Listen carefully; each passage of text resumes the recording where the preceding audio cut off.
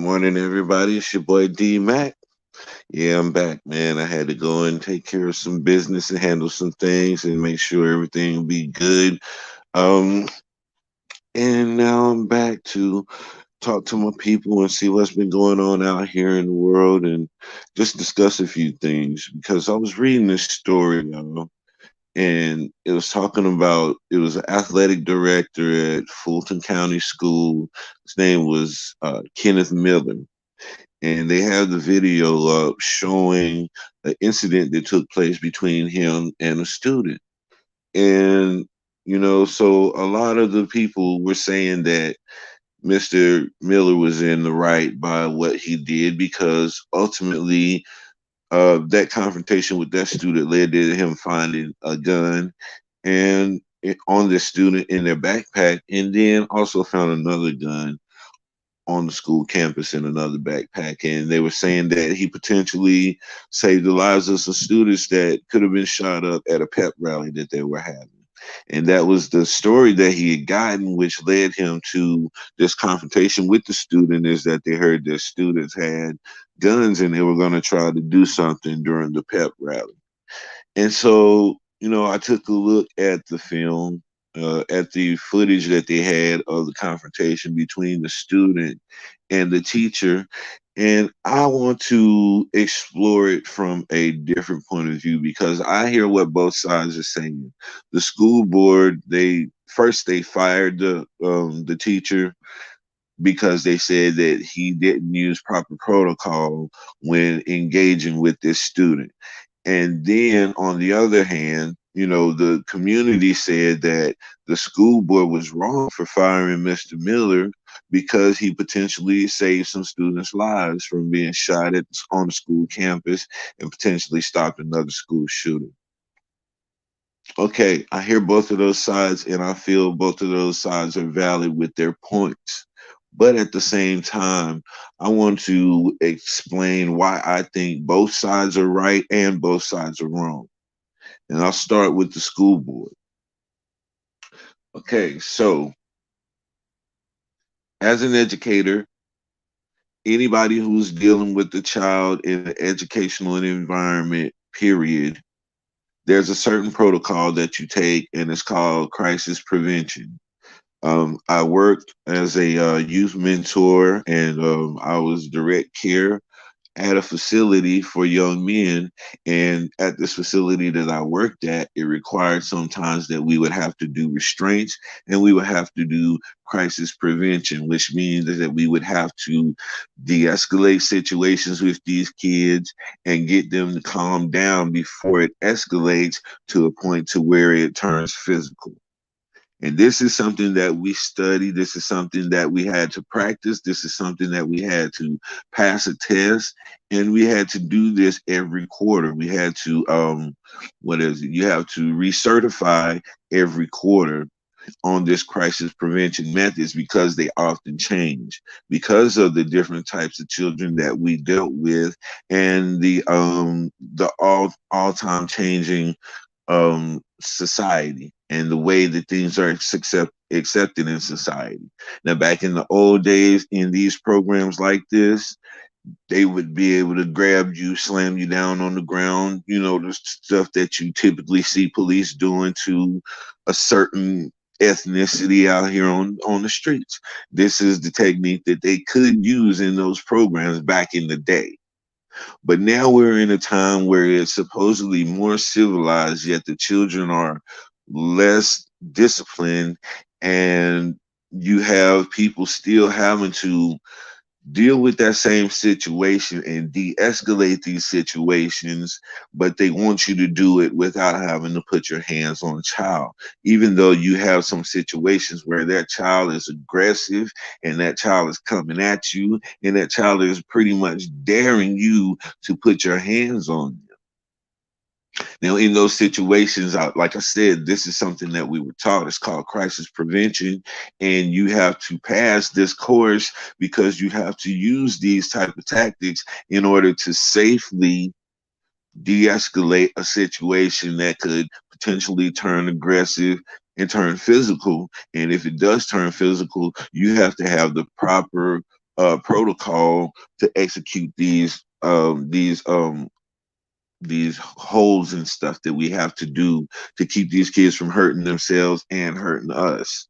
And so when I looked at the video and I saw Mr. Miller and his reaction to that situation, based on licensing and licensing board, when dealing with the child as an educator, Mr. Miller was in the wrong in the way that he handled that situation, especially with the fact that he had two police officers right there, because the video that we saw came from the officer's GoPro. And so the officers were standing right there when this situation happened. And I advise you to go and look at this video if you haven't seen this video, because the community is saying that Mr. Miller is a hero. He potentially saved people from being shot on a school campus. Now that is true. He could have potentially saved something like that from taking place, but maybe that's not what was taking place, because this is a rumor that they were going off something that they heard, and they did happen to find out later that there was a gun in this student's book bag. But at the time when this confrontation took place, they did not know. That was something that they found out later on after this escalated and all the stuff happened. So I'm going to say this, and this is just what it is. And this is just the honest truth. And anybody who wants to push against this, then be my guest too. But I'm going to say this, and you can go and you can look up the rules on it. You can go look up the licensing board and what it clearly states that an educator can do in these situations, and what Mr. Miller did wrong that warranted him to be reprimanded or even fired. He should not have put his hands on that girl the way that he did. I'll say it again. Yeah, I said it. He should not have put his hands on that female the way that he did. Because, yeah, true indeed, the little girl smacked the phone out of his hand. But that girl did not come at him afterwards in an aggressive manner. She smacked the phone out of his hand, and he instantly snatched her up by her shirt and rammed her up against the wall. That there's nowhere in the crisis prevention booklet or manual that we have to study that says that you are supposed to take that type of measure against the student, especially if that student isn't like physically aggressively coming at you. Yeah, they were mad enough to smack the phone out of their hand, but from that point, he should have backed up and let the officers do their job. Now, I also want to ask the question, if he would have backed up and the officers would have came in and grabbed that girl up and slammed her up against the wall like that, would the conversation be the same about those police officers, that they were heroes and they potentially saved people from being shot in that school? Would they have gotten the same praise that this teacher got for doing what they consider a heroic thing? Would the story have been the same? These police officers, they were heroes because they potentially stopped the school shooting, even though at the time they didn't even know that this person had a gun in their book bag. And so this is the point that I want to bring forth, because a lot of people are going to say that Mr. Miller is a hero and Mr. Miller did a great thing, and he protected the children. On one hand, you're absolutely right. That could have been the plot. That could have been the plan. And they could have been about to go and shoot up some people in the school. But on the same token, that could have been a situation to where that child felt like they needed to bring a gun to school to protect themselves, because there's been some back and forth going between students, which we know happens all the time. And it's not just the boys anymore. You got the female gangs out here too, who talking about they ops and how they gonna shoot they ops and this and that. You remember old girl from O Block, K.I., you know what I'm saying? And ever since they came out with her story and the whole King Von back and forth with her and King Von and her being this female savage killer, now you're starting to see a lot more females in this whole drill movement coming out and being just as aggressive as boys boys with guns.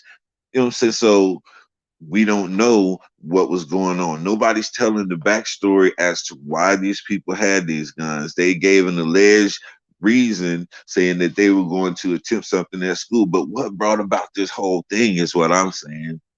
What was the buildup of this? What led up to these girls, a female, feeling like she had to have a gun on school property? Because there was some type of back and forth that led up to this. There was something that said that I need to do something and I need to act now because nobody is doing anything about the situation. So I have to take it into my own hands. And then the next question that I have is, where did this young lady get a gun from? So that's why I say, they're right and they're wrong. Both sides are right and they're wrong. Because the school board, yeah, they definitely have to follow that module and they have to follow the crisis prevention. Every single teacher does. And if they don't, that has to be dealt with. Because from what I saw of that video, I'm going to just tell you, Mr. Miller, he got frustrated with the level of aggression that that child had and the level of disrespect in the midst of that confrontation, and he did not do what he was supposed to do. He did not do what he was trained to do in that situation. And once again, I repeat, he had two police officers right there. So he should have let the police take it from there. He should have backed up, raised his hands up in a non-defensive posture, and moved away from that child. You don't lunge forward, grabbing them by their shirt and jacking them up. That's what you do in the streets to another dude whenever you've had it and you can't control yourself anymore. So as an educator, you're gonna have to have that self-control in that type of situation. And it didn't warrant the amount of force that he used towards that young lady. That's just the truth of it. You can disagree with it, that's fine, but that's just what the guidance says in the licensing handbook and the crisis prevention handbook as well. So they were well within their rights to reprimand him for what he did. But on the same token, I got to play devil's advocate because he very well could have saved some people from getting shot. And so, what do we say in this case? Both sides are saying, give him his job back, and he's being railroaded. But at the same time, he has to understand that there's a certain protocol in every situation, and he did not react in the proper way in that situation. Now, you know, there's going to be a whole lot of shoulda, coulda, wouldas on this. There's a whole lot that could be said about this, but I'm really going to just lay it all out there. All of the facts are not in yet. So that's why I'm going to argue both sides and I see both points because we don't know what the real cause of those guns being in that school was. And until we find that out, really can't make a full determination. You know what I'm saying? So once we figure that out, once that comes out, and I'm going to keep following this story to see what the end result is going to be. But like as of right now, I'm telling y'all, he was not right. Coach, the athletic director Miller, you were not right in that situation based on the standard. Based on the standard as an educator. Now, I know there's a lot of parents who feel differently because as a parent, I know if I send my child to school and then I get a call saying that there was going to be a potential shooting that took place, but a teacher thwarted those efforts by investigating the situation, and I would be like, okay, well, that's good. That's a good deal. But now let's flip to the parents of the child who had the gun in the book bag. First of all, they're going to need to know where did their child get a gun unless it was a gun that was taken from the house. And then they're going to have to ask, hey, well, if my child was planning to do all of this, why would you get so aggressive with the child who has the idea in their mind to shoot up the school? Why would you grab that child up like that? And mind you, remember, at the time when this took place, they didn't even know that this child had a gun in their book bag. So your purpose for grabbing that child up like that was not to defend yourself and to save somebody from a gun, from being shot. That was not the mindset when this took place, because, like I said, they hadn't even figured out that the girl even had a gun yet. So he can't say that that was his mindset. He heard a story where you go investigate this, and they were confronting someone about this when the incident took place, and his actions were not correct. He was frustrated. He was scared, maybe because of the thought of there being a potential gun in the situation. And his reaction just was not that of what it should have been as an educator who's been through this training and who had to qualify on this training. So we're going to keep on watching this story, and we're going to see what unfolds.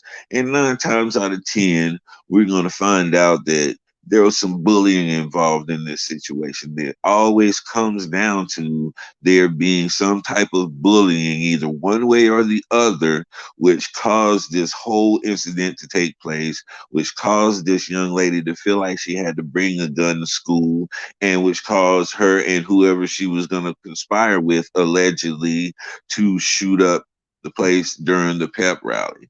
You know, I've heard so many stories, and we've seen so many stories of school shootings, that people will want to tiptoe around this conversation, because with the level of school shootings that we have and the level of lives that are being lost, then it's understandable that this is a touchy subject, and it's understandable that people are going to use kid gloves whenever they deal with this type of situation. But when you're on the inside of that, and been in those types of environments, and you've experienced those types of engagements with young people, and having to do restraints and stuff like that, I can tell you that he absolutely did not do that the right way. Matter of fact, he should not have been involved in that whole process. That should have been the police. And you see from their GoPro that as soon as he grabbed the kid, jacked him up against the wall, then the police came in and they broke it up. So they were right there. It wasn't like they were across the room or they didn't have any time to react to the situation. They absolutely did. But Mr. Miller didn't give them an opportunity to react, because he reacted so quickly and just so instinctively out of survival mode. Whenever you feel like you've been attacked, because first of all, let me paint the picture. You're sitting here, you're arguing with a student who's being very disrespectful to you, apparently, and you've escalated. They've escalated to the point to where they're shouting back and forth. Number one, that's the first wrong move right there. You're not even supposed to walk up on a person who you feel is very aggressive and agitated to that point. You're not supposed to step to them with a threatening posture in the first place. And so to be so close in that child's space while you're having this confrontation with them was the first mistake that Mr. Miller made, because we know in this training that you're supposed to keep a distance between you and the child that you're dealing with, so that they're not able to reach out and grab or reach out and touch you. And you're also supposed to be signaling help, like other staff, or whatever type of security you have nearby, which were the police officers. Now you're supposed to begin to position yourself to where you're out of danger, and to where they would be able to come in if that child did lunge at you in an aggressive manner, because of the escalated nature of the confrontation. Now, so we've established that he was wrong in the type of posture that he had, and the distance that he had, and the threatening posture that he was using when he was having this confrontation with the child. The second thing that he did wrong was arguing back and forth and raising his voice over that of the child, trying to drown out what the child is saying. Because you got to remember, you're dealing with the child. Regardless of how disrespectful, regardless of how the size of, none of that matters. They still have the mind of a child. And you're dealing with somebody who's scared because this girl knows she has a gun in her book bag. She knows what she has planned, but nobody else does.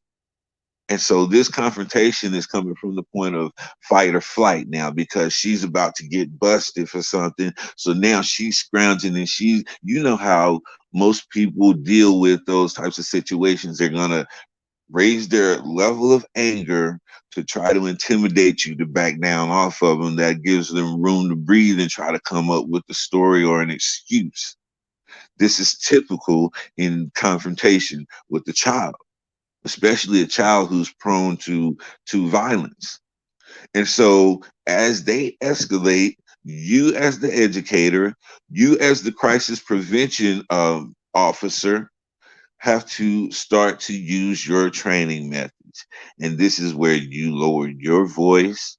You keep your voice at a calm, even tone while you're dealing with this child. You don't use hand gestures and things like that, which would make an agitated child feel like you're coming at them. And you definitely do not grab them up and slam them up against the wall in frustration. Anybody who deals with people in the system knows that. And there's 1,000 crisis prevention officers out here who are shaking their heads right now saying, yep, he's absolutely right. Regardless of what the public thinks, y'all don't know the inner workings of this system and y'all don't know how to deal with these situations if you haven't been through that training. So on the outside looking in, you can say that Mr. Miller did a great job, but on the inside looking in, we're saying no, he was absolutely wrong in how he handled that whole entire situation. He was supposed to be in de-escalation mode, not escalating with the child, especially knowing that you have two police officers right there. So yeah, I said it. He did the wrong thing, but he did the wrong thing for the right reason, apparently. And so that's why he's just getting a suspension, which I feel is fair. I feel that is fair. A suspension because next time, what if the kid don't have a gun? Next time he's gonna feel like well, I was right the last time whenever I did it. I'm gonna be right this time again. And then they do it and that kid don't have a weapon on him and it's just a rumor. What will be said then? Will we be creating a monster who feel like he's within his rights to break the rules whenever he feels like there's a threat without fully knowing? Is that what we're saying now? Because the conversation is going to change. I promise you it will. And it's going to turn to, well, they just made him power hungry or they made him power drunk and he just think he's above the law now and he can do what he want to. No, it's not so much as that. It's just the fact that whenever you are put in a position to where you are praised for action that wasn't the right action to take, but it led to something good, whenever you praise for that, that's a slippery slope. This is what I'm saying. I'm not saying he was right or wrong or this or that. I'm saying that this is a slippery slope to be on as an educator, as somebody who deals with the youth, period. That is not a good place to be in because there's going to be that one time where you think you know best and you can buck the system a little bit because you know best and the outcome is not going to be a good one. Outcome is not going to be the same. And once again, I always want to point back to what led up to this incident that was about to potentially happen. So we need to get more insight on that before we can really say whether he was a hero or not. So that's just my take on it. You can join me in the comments. We can talk about it. We can, just go over this and really, really see what everybody thinks because there's a whole lot of mixed reviews about this incident. And I just wanted to put those other points out there so that we could think of it from a broader view and then so we can answer a lot more questions that need to be answered that have not been answered in the story so far. so that we can get a full picture of what took place and we can determine how these educators are supposed to deal with our children. Because, you know, I don't know, man. I don't know. I'm just on the fence about this one. He was right and he was wrong. But at the same time, the school board was right and they were wrong. So it's hard, man. I want to send my child to a school. I want my grandchildren to go to a school to where they feel safe, to where they don't have to worry about being shot up. But that's just not a luxury that my grandchildren have today. And so, do we have to be a little extra cautious? Absolutely. But at the same time, we don't want to be the reason why a child feels like they need to bring a gun to school, too. So, we're going to have more security in the schools? Are we going to have more crisis prevention training? Are we going to have more training on seeing bullying take place? Because now in school, you know that teachers are watching out for this stuff because this is a hot button issue that leads up to school shootings. And so they're more covert with how they're going to bully your child. They're not going to do it just out in the open in front of everybody most of the time. And a lot of time, it's going to start out as little stuff like calling them names, embarrassing them in front of everybody. And I saw a video the other day where this young girl was picking on another girl and she was of another ethnicity. I'm not going to say what ethnicities they were, but the one young girl was picking on this girl because of her I'm not going to say it's strictly because of her ethnicity, but it had a lot to do with it because the young girl that was being picked on absolutely had no she had no intentions on fighting. She did not want to fight this girl. This girl was bullying her. You can tell by their posture and the way the girl was just dominant over the other female. And so she started to beat on this smaller, uh, more more socially awkward girl. And the teacher stood by and didn't do anything. She just called the girl's name. The girl that was hitting on the girl was just calling her name. Well, then there was another girl from another ethnicity who came in and saw what was taking place, and she wasn't having it. So she grabbed the girl who was the original aggressor, and she started to mollywop her. She started to beat that girl down, who was the aggressor towards the smaller female that was originally being bullied in this situation. And when that took place, those teachers jumped in and grabbed the other girl off of the original aggressor. You follow what I'm saying? And so my question is this: would they have stood back and let the original aggressor continue to beat on this little girl? And would that have led to this little girl bringing a gun to school and shooting everybody up because she is being attacked in front of the people who are supposed to be able to protect her, and they did absolutely nothing to protect her? And it took another student to come in, and even though that student was wrong for putting her hands on the original aggressor, but she saved that girl from being brutalized further, and she could have potentially saved the school from a school shooting. But that's not the story that was said in that scenario. They were not giving that young girl praise for coming to the aid of the other girl. They were saying, "Oh, she's a thug and this and that," and the teachers came in to break up the second girl who came in to save the first girl. So we have a system where our educators are in fear. And even though they do take these crisis prevention courses, whenever things happen, they freeze up, they get afraid, or the situation is too much for them to handle. They don't want to get in the middle of this melee because let's face it, a lot of these kids nowadays are big. These steroids in the food and GMOs are making these children like stock, stock diesel, cock diesel. So you got girls who she probably like 200 and something pounds and almost 6 foot, and you have Miss Susie who's only 5'5", 120 pounds. And what's she supposed to do in that situation?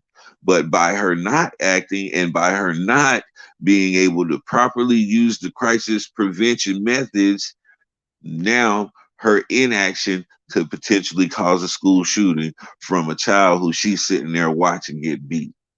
Now, when you feel like the educators can't do nothing and the people who are supposed to be authority can't do nothing, you're going to take matters into your own hands. Not every single time, but more often than not. And we see it all the time whenever these school shootings occur, and we start to reach to the backstory and we start to peel back the layers on what caused this, and we'll see that that child at some point was being bullied, they were being singled out, they were going through something that the educators was failing to prevent and keeping that child safe.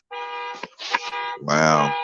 So you know what I say. This is your boy D Mac. We can keep on going back and forth about this, but y'all know what I say. Sticks and stones can break your bones, but the word will always heal you. I'm out.